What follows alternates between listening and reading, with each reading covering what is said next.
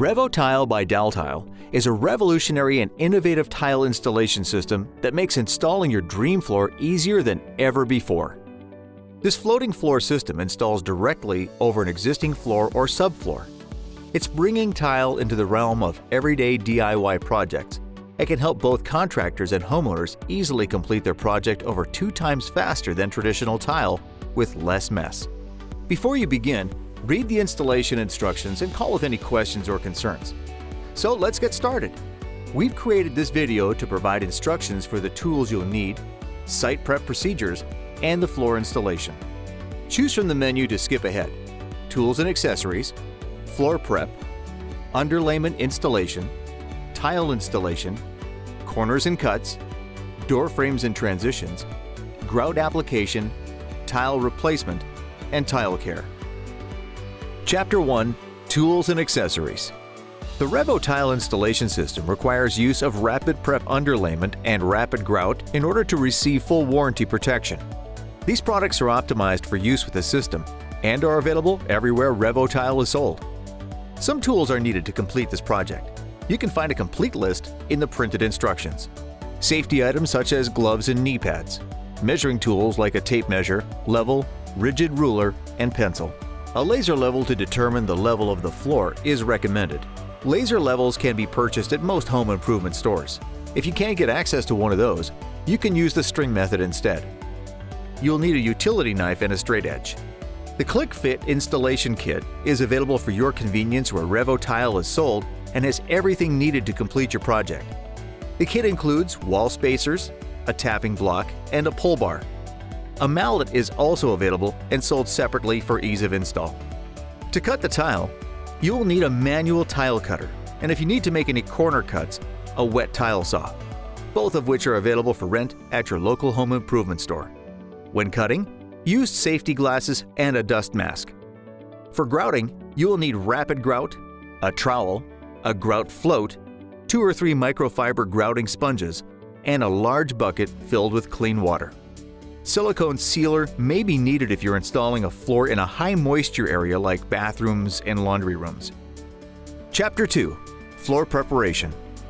RevoTile can be installed over concrete, existing tile, hardwood, laminate, luxury vinyl, and rigid vinyl. It is not recommended over carpet. The subfloor should be dust and dirt-free, so give it a good sweep or vacuum. Make sure the floor is clean, dry, and structurally sound. Before installing the tile, it's essential that the floor is level within 3/16 of an inch per 10-foot span. Otherwise, there will be peaks and depressions that can cause dead spots underfoot, potentially damaging the installation. Check for level with a laser leveling system, which is recommended, or with a string. In the string method, measure for level from corner to corner. Sand or plane any peaks and fill depressions with leveling compound to ensure no more than 3/16 of an inch unevenness per 10-foot span. Recheck the floor once you've finished. Chapter 3: Underlayment Installation. The RevoTile system requires the use of Rapid Prep Underlayment. Fit the first sheet of underlayment against the longest wall, being sure to smooth out any wrinkles. If you can, fit the underlayment under the drywall or molding. Place the next piece of underlayment close to the first and tape the seams according to the instructions. Continue laying down the underlayment, carefully securing all edges until the entire floor is covered. Take your time. RevoTile performs best when installed over a stable and level base. Chapter 4: RevoTile Installation. Decide the best direction to install the tile based on the shape of the room. You may want to consider things like the longest and straightest wall, the pattern, and architectural elements like fireplaces or door frames. Next, determine the number of tile rows you'll need by measuring the width of the room and dividing by the width of the tile. If the last row is less than 2 inches, cut the first row so that the first and last row are even widths. Before starting, open the boxes and inspect the tiles for defects or damage. For best results, mix tiles from multiple cartons to prevent any obvious pattern repeats. Make certain that you place the tongue side of the RevoTile against the wall. Begin in the corner and work left to right for the first row. Use 3/16 inch wall spacers along the wall. Apply the spacer against the tile, not against the base profile. If you space from the profile, the gap against the wall will be too large. The RevoTile system uses click-fit technology to easily click tiles together. To connect two tiles end-to-end, tip the second tile up at a slight angle. Press the tongue side of the second tile in between the groove of the first tile and then lower it to the floor. When installing the first row, it's critical that the long edges of the tile are flush so that all of the following rows can be straight. Use the tapping block to line them up precisely. At the end of any row, you will need to cut the last tile to length. A major advantage of RevoTile is that you can cut it without a wet saw. Simply mark the length, use the manual tile cutter to score the tile, and snap. More detail about cuts, including wet tile cuts, is covered in the next chapter. Start the second row with a cut piece so you can offset the joints. A classic brick joint pattern can be achieved by cutting the first tile of the second row in half. The third row would use a full tile, the fourth a half, and so on. Angle the long side of the tile with the tongue profile into the groove side of the first row. Angle in the long side, push down to lower to the floor, and then tap on the back end with a mallet and tapping block to click in the short side, ensuring they're completely clicked in with no gaps on the long or short sides of the tile. Place the lip of the tapping block against the edge of the tile when tapping. As you continue to install the tile, you may find that you have a preference on how you attach them. In the short side method, angle the short side into the joint and lower the plank into the floor.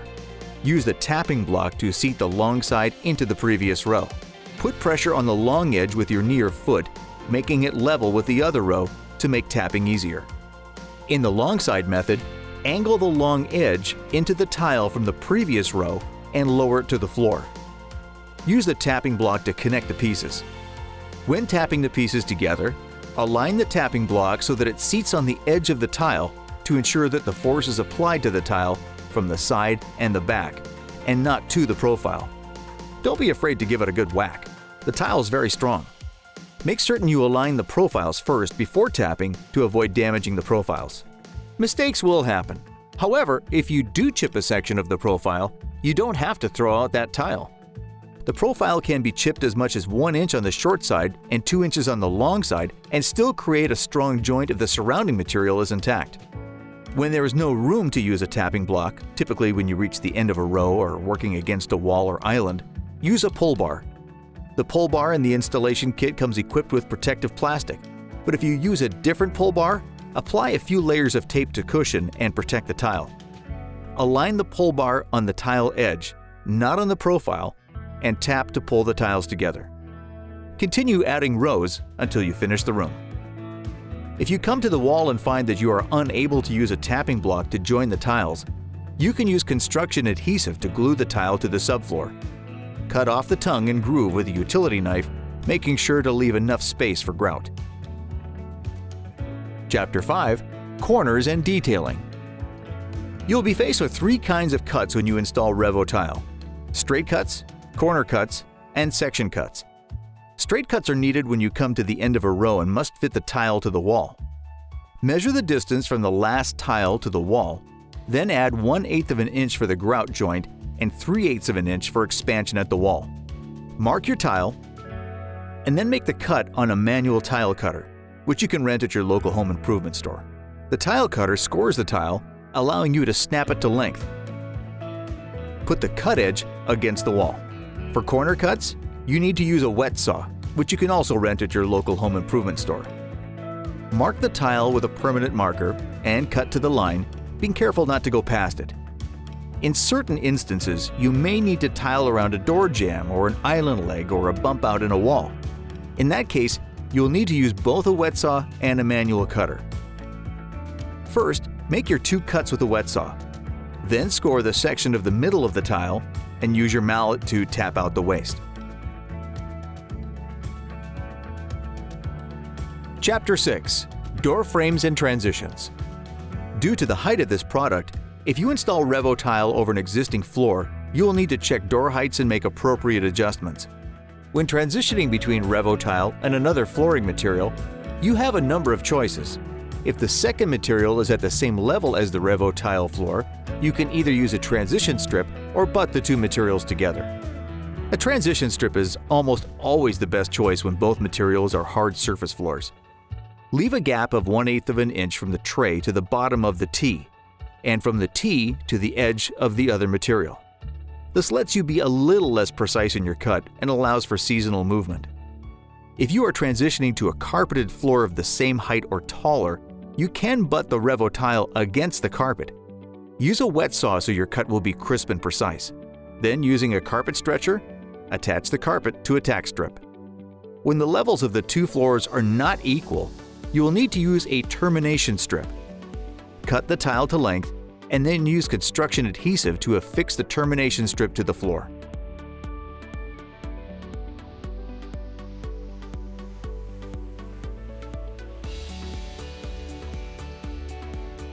Chapter 7.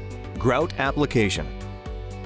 Before grouting, let's take a last look at the entire floor and ensure that all the joints are tight and everything is correctly lined up. This is your opportunity to make sure your floor is as perfectly laid out as possible. You'll be grouting the joints between the tiles. You may consider using silicone sealer for the space between the tile and the wall, especially for wet areas and areas prone to water exposure. In larger commercial applications, an expansion joint should be placed every 100 linear feet. The RevoTile system requires rapid grout, a flexible single-component grout. Before use, it must be mixed thoroughly with your trowel to incorporate any liquid that is separated during storage. Do not add water. Rapid grout is quick drying, so it is very important that you grout and then promptly clean a small section at a time, ideally no larger than 3 feet by 4 feet. Finally, fill a large bucket with water and have your microfiber grouting sponge ready. To begin, remove the wall spacers from around the perimeter. Lightly dampen your sponge with clean water and apply to the top of the tile. Drop a baseball-sized amount of grout directly onto a tile joint. Use a grout float and firmly press the grout into the joint, packing it in, and then wipe it away at a 45-degree angle. Continue doing this until you've used up this pile of grout.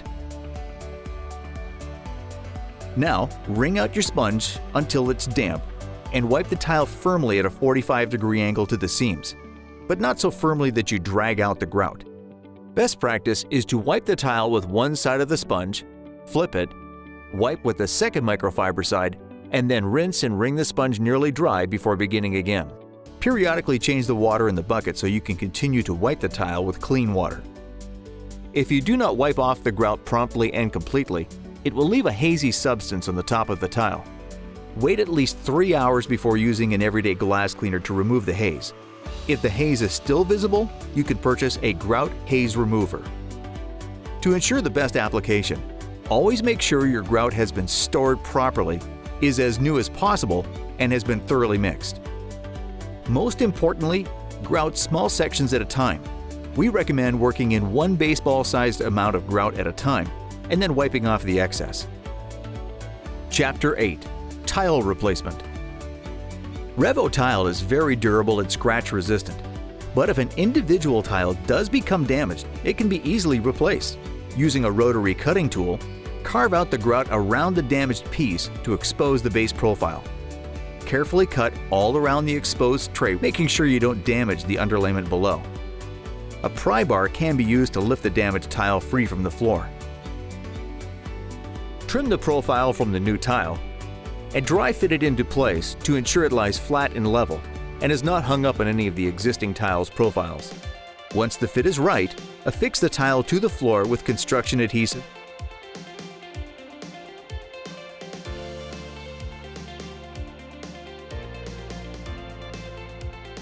Grout the tile. For detailed grouting instructions, please review Chapter 7 in this video. Chapter 9. Tile Care. Congratulations! You've successfully tiled your floor. Your newly grouted tile can be walked on in 24 hours and will completely cure in 72 hours. RevoTile is waterproof, stain-proof, dent-proof, and highly scratch-resistant. If something is spilled on the tile, you can clean up with a mop and typical household cleaning products. Maintain your tile by sweeping, vacuuming, and mopping, and it will continue to look great for years to come. If you have any questions or want more information, visit us online at daltile.com/RevoTile. Enjoy your new RevoTile floor.